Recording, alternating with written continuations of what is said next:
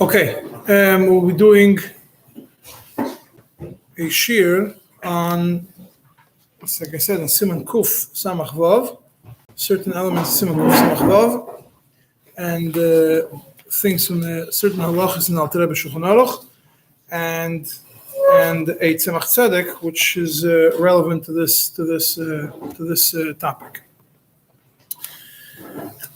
In Siman Kuf Samach and earlier, and also you'll see later, there is different things that are considered ribis, that are benefits that a person gets that the malva is going to get from the loive, which are indirect benefits or sometimes direct benefits, which are not really part of the halva, but still in all are considered ribis because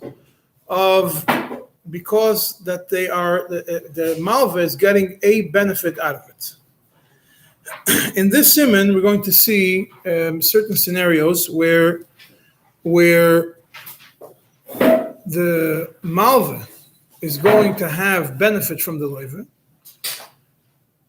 and that benefit could be considered either a ribis deraisa, ribis ktutza, or a avak ribis. So the Shulchan Aruch the Shulchan Aruch starts already from the Tur in Siman Kuf Samach Vav. The yesod over here is that someone who lends a malva, lends money to a loive, is not allowed to live in his property, in his chatzar, for free, and can't use the loive's employees for free. And that's point number one. Point number two, you can't rent it for below market price, or whatever the official price is.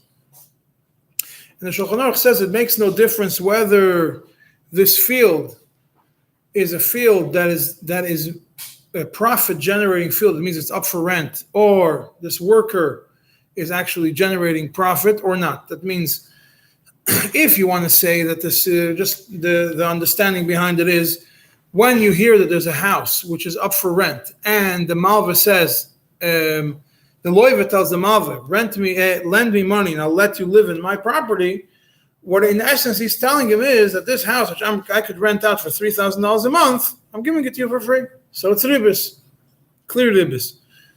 And what happens if it's not leikaim alagra, if it's not made for it? So logically speaking, it's true that the malva is benefiting from it, but the loive is not losing anything from it, because the loive will not be able to generate any profit from it. And even more so when it's leikaim alagra and the loive is getting half price. What's the issue that there is over here of ribis? Like, what problem is there to have such an arrangement in place when you're not losing anything? He's not losing anything.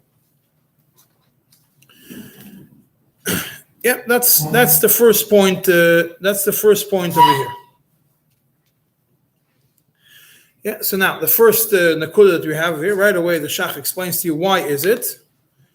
He says, "Dafka hani dvorim things that are public, that people could see. That means using his employee, renting his house, or something which is something that is public, and therefore it's something which people are going to look at and think that it's ribis, and therefore it's asur." What's interesting is, if you look at the Alter Rebbe and Sif Daled, one second. No, that's Sif Daled, sorry.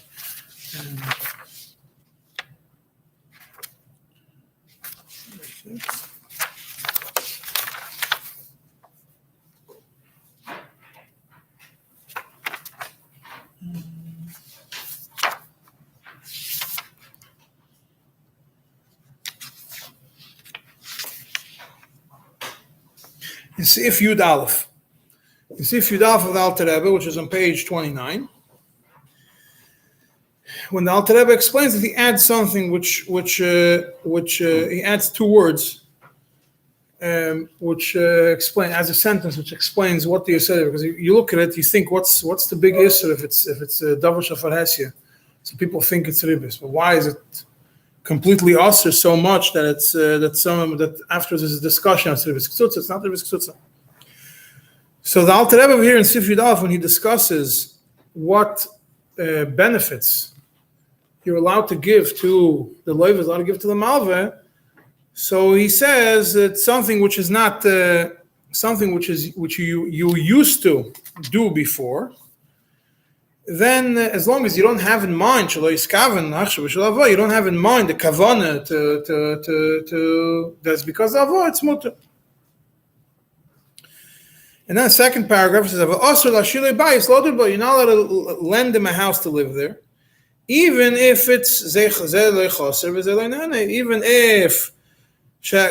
even if neither of them are gaining anything extra. For example, he says this house is not made for rent, so therefore, let's say it's a burnt down house. Yeah, it's not made for rent, or it's a house that maybe it's not fully, you can't rent it out because it needs renovations. Whatever it is, but the malveh wants it. The malveh has his own house. The loive can't rent it out, so nobody's really gaining anything from it. And over here it says, "Afilu him oyavim zelozeh me'olam." In so much that he would lend him his house, it's still also. Why is it? Mipnei shu davar shafar hesia, same lashon as the shach, v'nira lakoil, and it's visible to everyone that he's doing it, that he's using, that the malveh is using something which belongs to the loive. And now the Rebbe asks, "Ve'eina kol yoidim shoyu oyavim kein zelozeh mikoidim v'nira lohem keribis." The issue is that people are not aware that you're good friends. So what's the issue of farhesia? The issue of farhesia is that somebody else is going to learn, someone else is going to see what is done. They don't know that you're good friends, because if you're good friends, really it's mutter. Elamai, because they don't know you're good friends, so they have a chashash, and they're going to think, nir lahem keribus. That's why it's usher. So a house and an eved are both considered farhesia, and therefore you're not allowed to do them. If everybody would know that they're good friends, it would be okay. If everybody would know that they're good friends, maybe it would be okay. Huh? In a situation for Gabbai, Yeah. Why in that situation we say, even though that we have a chash that people would think that he gives aliyah because of ribs? That's the continuation of the Rebbe.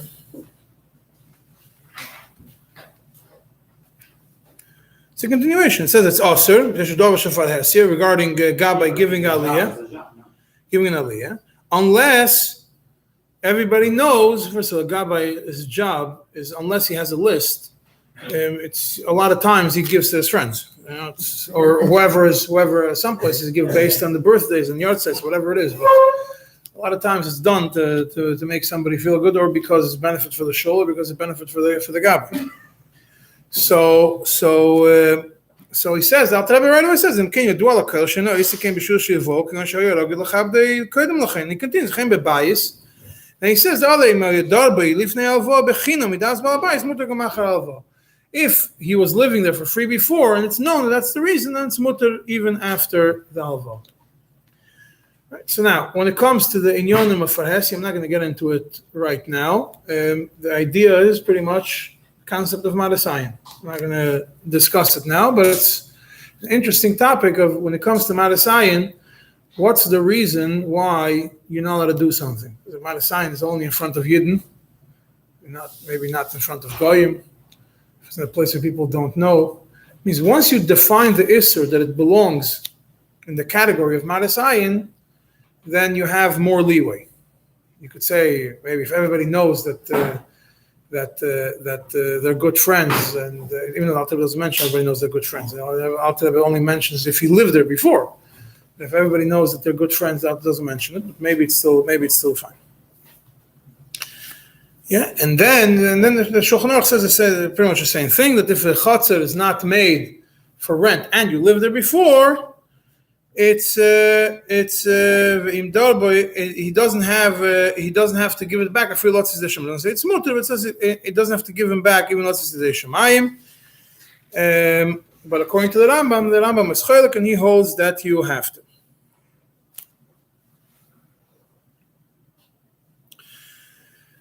Right, and then the Rama adds b'chatzah the kaim al-agra v'avak ribis l'kulei alma. If it's kaim al-agra and you live there before, it's avak ribis to according to everyone.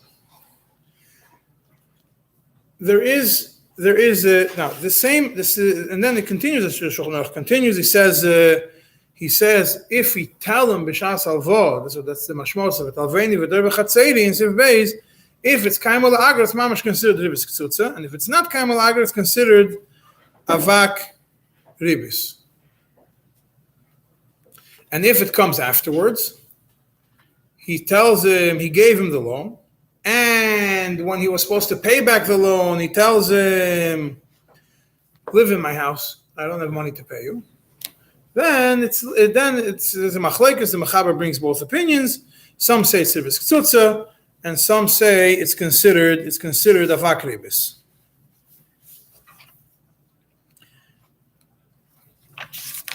And from the mashmos of the Alter Rebbe, over here in Sif Dalet, that Alter Rebbe is machmer. Even though Alter Rebbe is not talking about this thing specifically, it seems like Alter Rebbe is machmer. Why? If you read a Kolel shel ribis, the Alter Rebbe says in Sif Dalet, it's anything that you take, any schar for hamtanas achoiv. Afil le pasak le b'shas alva, la'achar kach kashebo le toivoi, noisen le dahar chivlei hazman, it's also considered, all these are considered avak ribis and asur, and it's asur.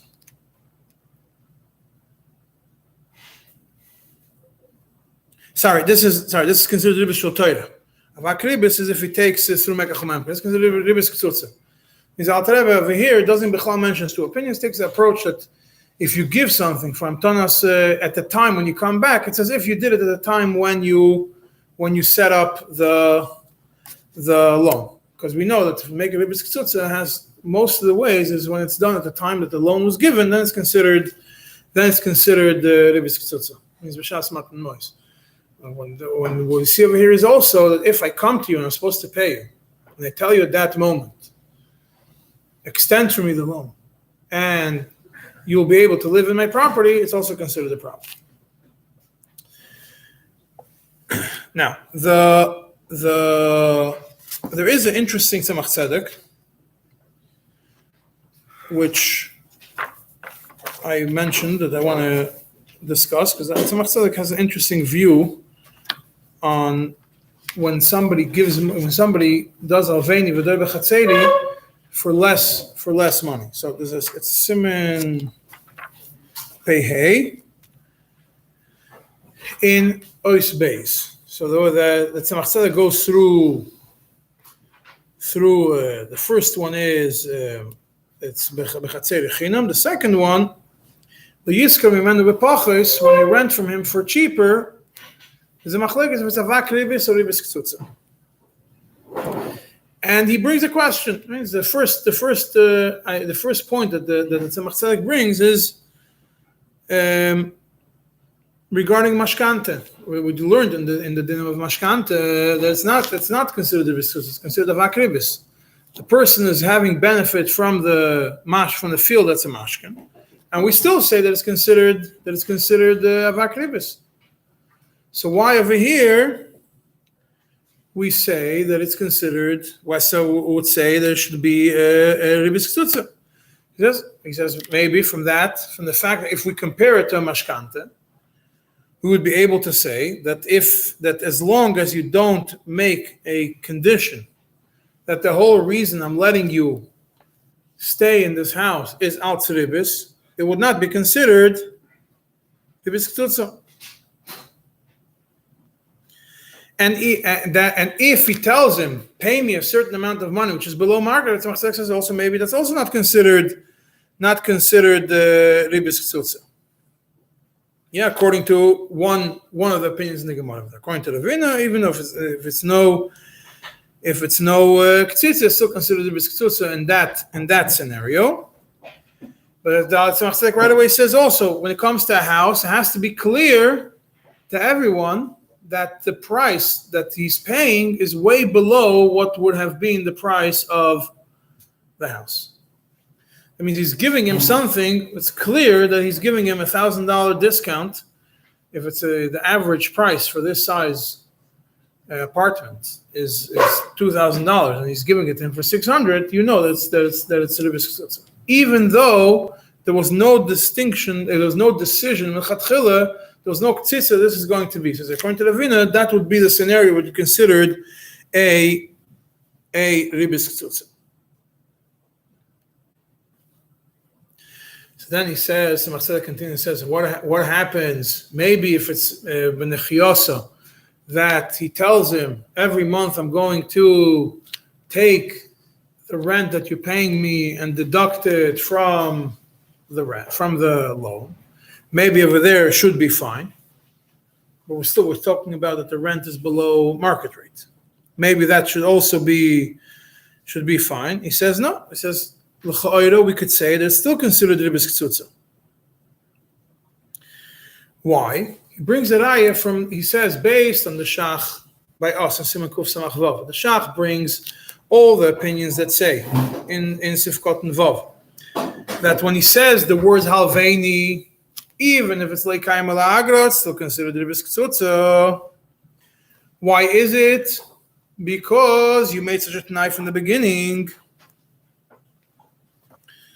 From the beginning, so over here also, even if you say that you're going to deduct the money every month, being that you made it tonight from the beginning, it would still be considered ריבית קצוצה.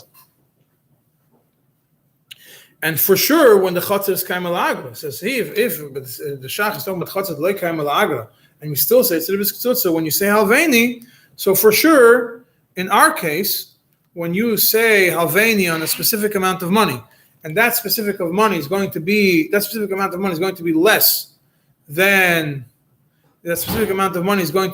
than what the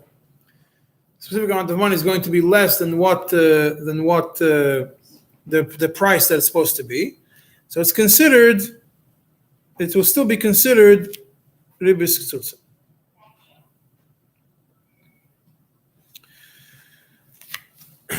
And so then that's the way the Tzemach Tzedek explains it. So then Tzemach Tzedek says, but then if it's nechiyasa, why are you still b'chatzah dekaim al agra? Why are you still not b'chatzah dekaim al agra? When by nechiyasa over there we see that it's only considered a vakribus. So why over here it's considered that it's a problem? So Tzemach Tzedek over there then goes and explains over here as follows. He says that it all boils down to how the deal was made from the beginning.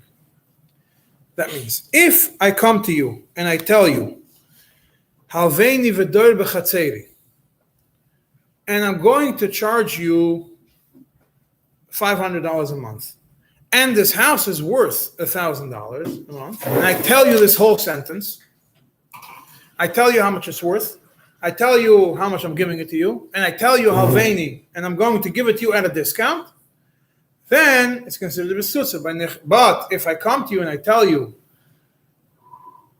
I'm going to rent it out to you for $500 a month, and I don't tell you it's worth $1,000 a month, I just tell you I'm renting it to you for $500 a month, and I will deduct every month, and you can deduct every month from the debt. That means you're going to pay me. That's going to be deducted from the debt. Then it's considered a vakrib. It's not considered ריבית קצוצה. That means to be able to make something ריבית קצוצה, there has to be a clear understanding that the reason that I'm giving you this at a discount or for free is because I'm giving you an extra benefit because you're giving me the loan. Even if you deduct the money, even if it's less than the price and you deduct the money, as long as it all boils down to what I told you at the time that I took the money from you, or when I asked for an extension of the loan, like we saw before, that asking for an extension of the loan has the same din as the time of borrowing. In the situation that he said everything, doesn't matter. It doesn't have to be a big gap. It could be a smaller. $10 might not be such a big gap. So it could be. It has to be something. It doesn't have to be a big gap. Yeah, you're right. As long as he tells him that I'm giving you a discount for that reason. Before you were mentioning that the alternative said that if he gives a big gap without saying anything, you could have a. That's how he explained, according to one of the opinions of the Gemara. But he says, "Lamaisa, what's going on over here?" He says, if I tell you that I'm giving you the discount, or if I tell you I'm giving you the discount, I'm charging you $500 until I pay you back the loan. Then it's clear that the reason that I'm giving it to you for free or I'm charging you less is because of the loan. The house is worth the apartment is worth $1,000 a month, and I tell you, even if I don't tell you it's worth $1,000, I'm giving you $500, or I'm letting you use it for free. I just tell you you could live in this apartment for free until I pay you the loan. You could pay $500 until I pay you back the loan. At that moment, it's clear that the reason, that the wording that was used was made for this specific purpose of getting the loan and to be considered ribis, and therefore, in such a scenario, it's considered ribis tzutza. It's considered ribis, like the Tzemach Tzedek says, ribis shel Torah v'yoytze b'dayanim. That's how he quotes it from. He quotes it from the Rosh from the Rambam, and the fact is, Tzemach Tzedek brought the Shach, which brings the Rambam, and quotes the Rambam, and it seems like Tzemach Tzedek is going with that mahalach, that if you want to make it ribis, even you could make even these cases into ribis tzutza, which is different than a mashkanta. Now, what's the logic why a mashkanta is different than this scenario? It's a logic of mashkanta. No, by mashkanta they deduct. What's the difference? Aside from this, it's not actual money. A mashkanta, the moment I'm saying, yeah. Mashkanta, the surah, a mashkin and a chiyasa, whichever way you want. When you have a property as a mashkin. When I'm the borrower, when I'm the lender, and I have a property as a mashkin, the borrower doesn't have any more access to that property to be able to sell it or generate income from it in a specific way. So therefore, what I'm taking now, I'm not taking something that he could have made money off it. I'm taking something which, in his point of view, he has no real access to it anymore. So therefore, it's not considered, it can't be ribis tzutza. To be ribis tzutza has to be something that I'm giving you, or that you're taking from me. That's why a mashkanta, even the worst case scenario, it's not going to be more than a avak ribis. But if it's a Halveni Vodor Baxtzeri, before I made that statement, I had all the options to generate income off it. And since I had all the options to generate income off it, so I have to. Since I had all the options to generate income from it, so I had to. So I have to.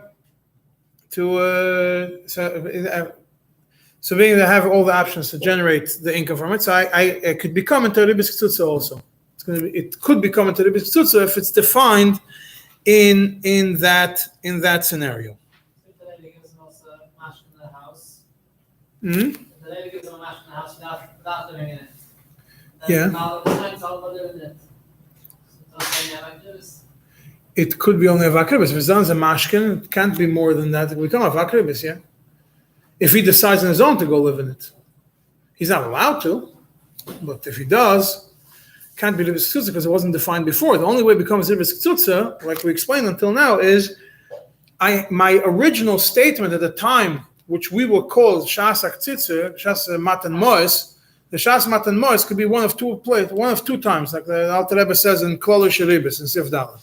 Either when I give you the money, or when I tell you you could extend the time for longer. Those are the two times that could happen. If it was done afterwards, and it was not discussed milchatchila, it can't be ribis tzutza, it could be avak ribis. If it's and the same thing, if I don't define it, as Tzemach Tzedek adds more, if I don't define it as ribis, from that moment and on, then it's also not considered, ribis ktsutza.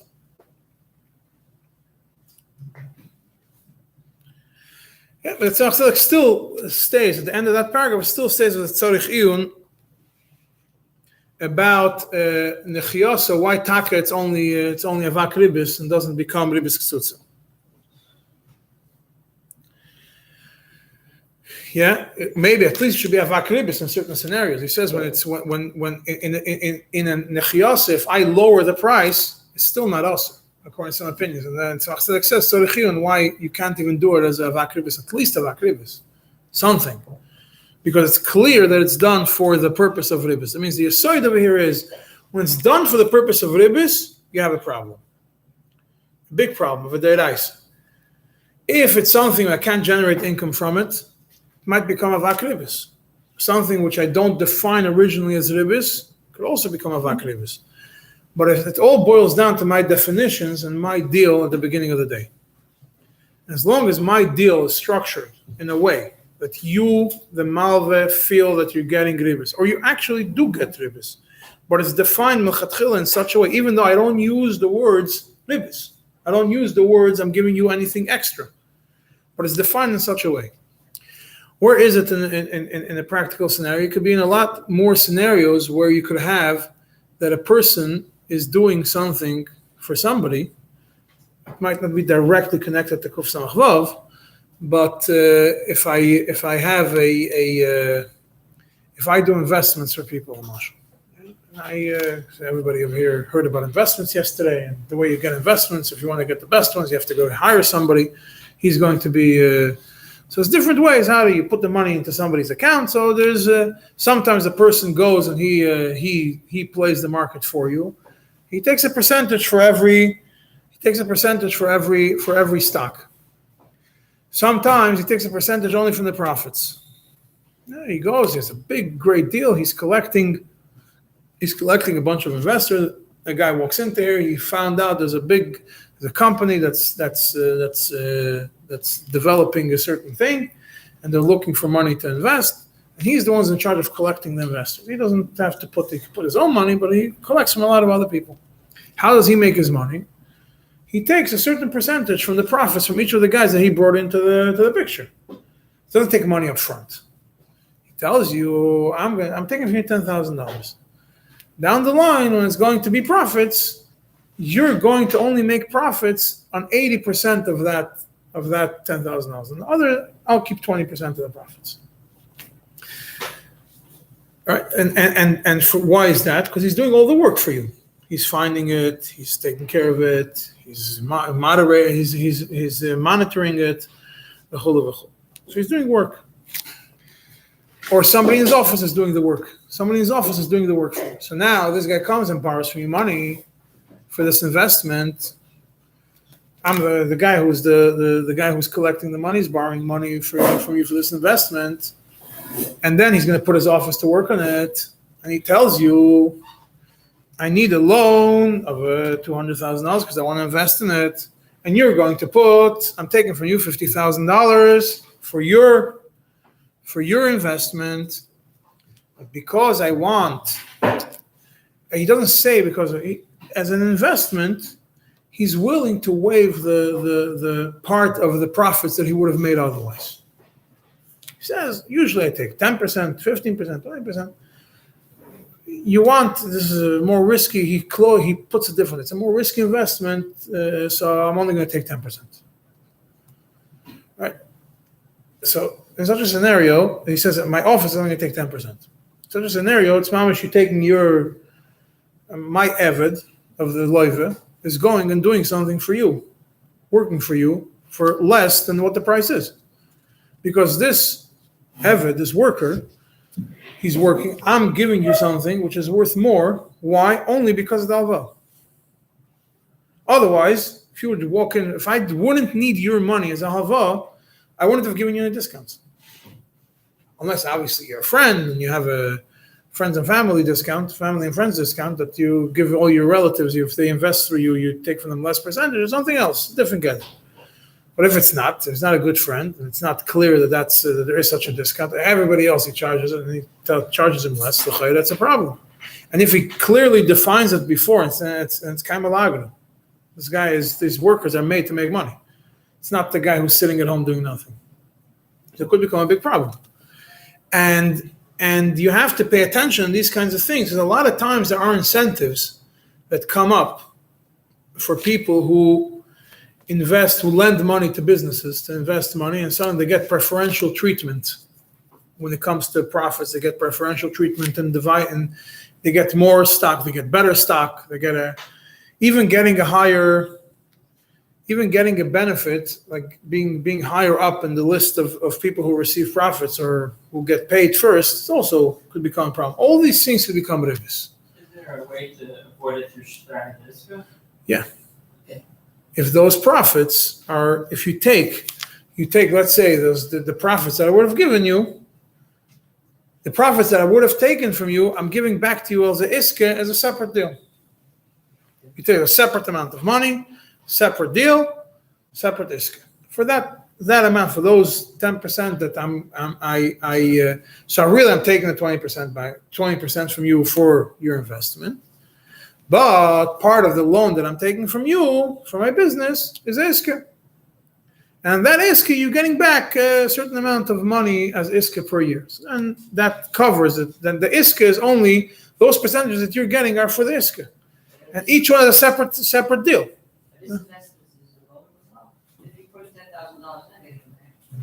Right. I'm investing, but what I'm saying is, that the guy wants also a loan from the guy, aside from the money that he's also asking for a loan, and because of that, he's telling him, I'll give you preferential treatment on your investment portfolio. You want to invest in my company, great, this is my fees, this is my percentage. Separate deal, I need a loan now. I need a personal loan. And you don't want to give, I don't want to deal with heteriskis, I don't want to deal with ribis, nothing.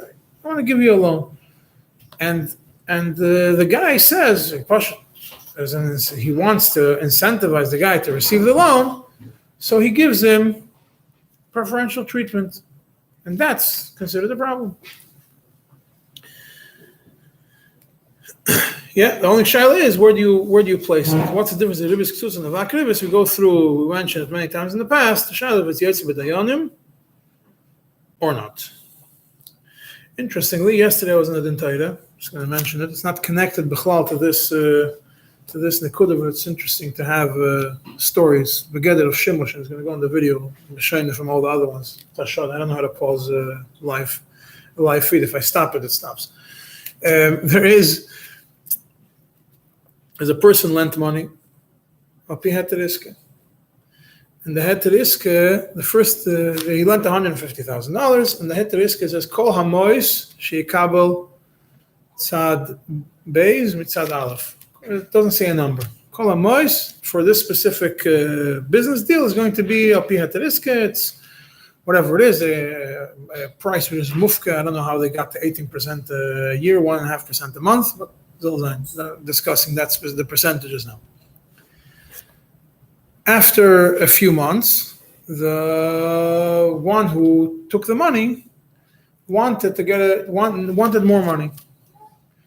So he went and he told the guy, I need $300,000. I don't know, 150 is not enough for me. I need another 150. So he went and he gave him, he says, I don't want to have a bunch of loans. I want everything as one loan. But me, for my bookkeeping, it's much easier. It's the end of the year. It's already December. Pay me back the 150 plus whatever iske you made of it, and we'll start a new one. 300,000. Kachav. The day he paid back the 150, he took 300. He didn't make a new heteriske, but they continued at the same 18%, and he paid a year and a half, 2 years. Comes after a year and a half, 2 years, some Rav tells him, you have to make a heteriske. So he makes a heteriske. Now the first heteriske had a personal guarantee, an orev on a certain orev kabel on a certain part of the money. It was personal. not only corporation. The second heter iska was a no personal guarantee and a corporation, and like kedarka shalolim, the business failed, and that's the chazak. 80% of businesses fail. 80% of businesses that start fail. It means what you see that are successful is the 20%, 10 to 20% that made it through the first few years and became successful. And out of those, there's 4 times as much. It's like the chamushim yotzei b'nei Yisrael mitzrayim. It's 2 out of 2 or 20%, 2%, 20%. That's itself, the businesses that launch are themselves only 10 to 20% of the ideas. So business failed. Like the Roiv and Chazaka, the businesses failed. And the money went kaput. Now the Tevea wants his, at least he wants his Keren back. He says, "Mei, iske verstehe, the business failed. But Keren, I want the Keren back. What I put in, I have a personal guarantee."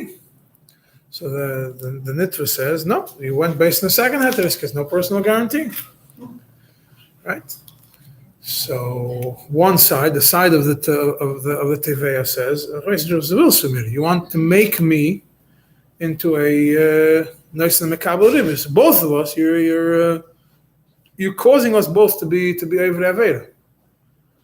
Because if you say that the first heter iska with everything expired in the beginning, and then I paid you ribis, then I took from you ribis every month for 1.5 to 2 years." That means that until the new heter iska, we were both taking and receiving ribis deraisa. He says not between me and the Eibishter. He was trying to get out of paying it. Well, whatever. The Bezdin Paskin, what they had to Paskin, they took off. But the Bezdin Paskin, they took off. They went with Azam Halach. 18% is not shaykh to no business of this field to make 36% a year. Look, he's splitting half, right? So you can't make more than the normal business doesn't make more than this field doesn't make more than 16 to 20%. So they took all the iskas that they went based on the first heter iska, still good. All the ribis all the iska that was paid for during these months, they deducted from it the percentage that it was overboard. It's too much iska, so they cut it in half. So for all the payments, they took all those payments and they deducted from the keren, and they said whatever's left from the keren, he has to pay. Huh? Doesn't make a difference. Yeah, but if you say that it goes back to maybe not be ribis ktsutza. If I make an iska, which is outrageous, it's clear, and it's not shaykh that the guy's able to make that amount. I'm not going to say chas ribis ktsutza, but they only have the leeway to put it back. Huh? If I ask your dreams, he thinks that it doesn't make a difference how big a dream you have. You know, you have a supermarket. You can't sell a lively taffy stick for more than 33 cents. It is what it is. It's a mitzias. You can't sell a bottle of milk for more than a certain amount of money. You can't sell things. You can't go and as much as you're going to want. There's going to be a certain amount of workers you're going to have. There's going to be a certain amount of rent. There's nothing. The only place where you can make it is speculative markets. In the stock market, you could go iska all the way up. We'll deal when we get to iska, the details. We get two simanim down. We'll get to all the mechanics of iska, which is really the main focus. Anyways, just went off topic regarding discussing ribis ktsutza and yotzei b'dayanim. I just want to show you an example. It's not mamish ribis ktsutza, but they considered that for that purpose to be yotzei b'dayanim. They didn't consider ribis ktsutza. The part which is too much was considered as if he's already paying back the keren. Therefore, the keren went down also. Anyways, back to what we're discussing over here about Haloini Vodor Baxtzeri. So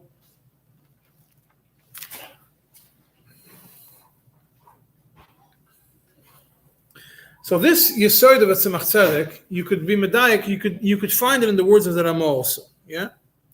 The Omar loy dor b'chatzeri b'schar alva afilu lekayim alagra v'kribis tzulta. The me'achar she'omar loy b'schar mo'isecha have the kilu yiskir lo'yachshav. The same. The idea that it goes based on what lashonis you actually used at that time.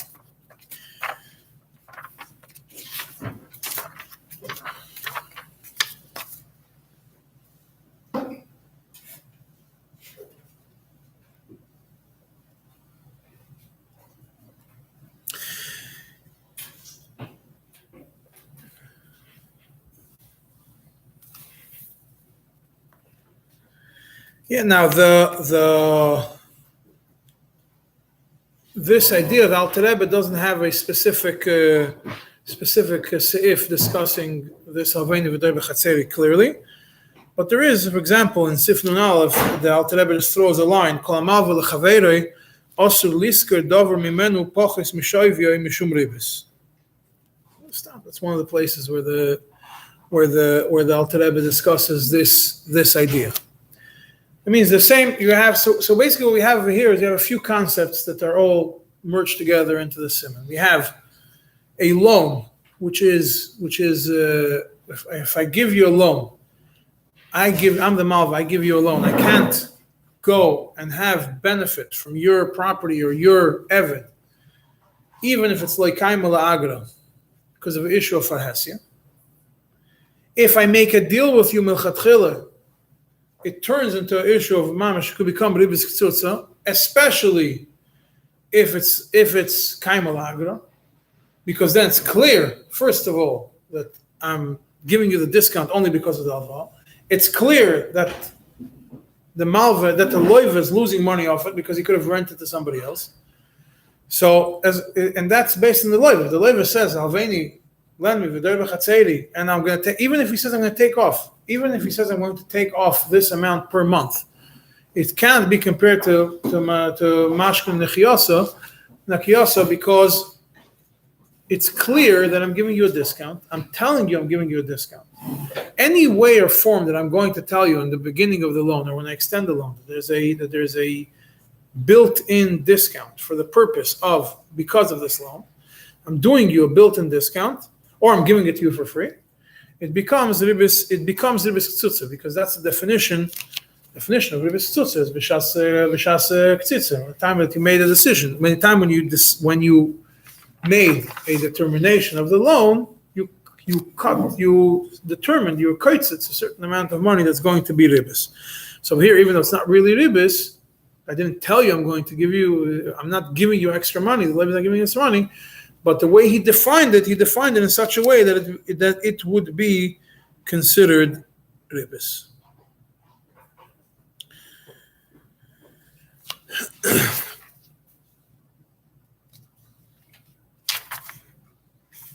Then over here, then the Mechaber goes and Sif Gimel. It just brings it's interesting over here. It's one of the Simonim that you'll see that every seif of this siman, just curiosity, every seif of this siman, the Mechaber brings two opinions.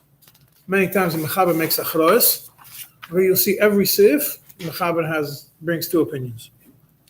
He doesn't make achroa in seif aleph. No, he makes achroa, but he brings the Rambam. Seif beis, he brings two yeshayimlim. Seif gimel, he brings two yeshayimlim. And each one he brings the yeshayimlim, and it all boils and all goes down that if he how the definition is, because there's two big questions. First of all, is it bichlal aser? And if it is aser, what is it, ktsutza or is it vakribis? Because otherwise, any of these cases, like I said, the difference between a vakribis and a ktsutza is whether I'm going to be able to collect it b'dayanim, or I'm not going to be able to collect it to be moitzi b'dayanim. In Sif Gimel, the question is a little bit different. It's not about yoitzi b'dayanim. It's, am I able to deduct it from the principal? The question in Sif Gimel is, am I able to deduct it from the principal? I'm not able to deduct it from the principal in case of avak ribis. Okay, fine. Well, this will end for today. And